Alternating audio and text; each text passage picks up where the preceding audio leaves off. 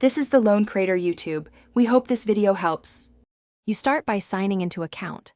Microsoft. Com using the Microsoft account tied to Xbox.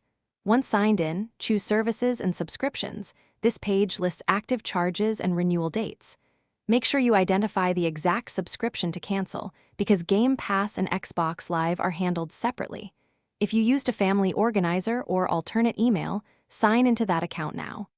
This avoids confusion and prevents canceling the wrong plan. If you have recent purchases or credits, note their balances before proceeding.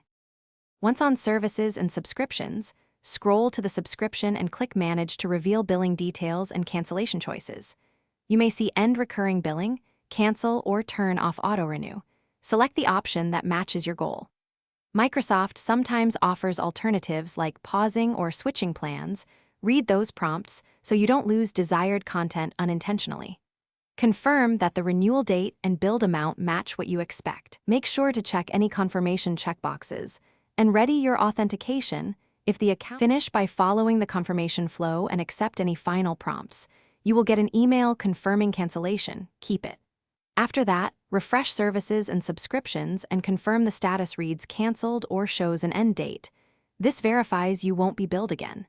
If you still see active billing, sign out and sign back in, clear cache, or try another browser before calling support. If the cancellation fails, use the support chat or request a call while showing the failed status. This speeds up resolution. Thanks for watching. Consider subscribing if we helped you.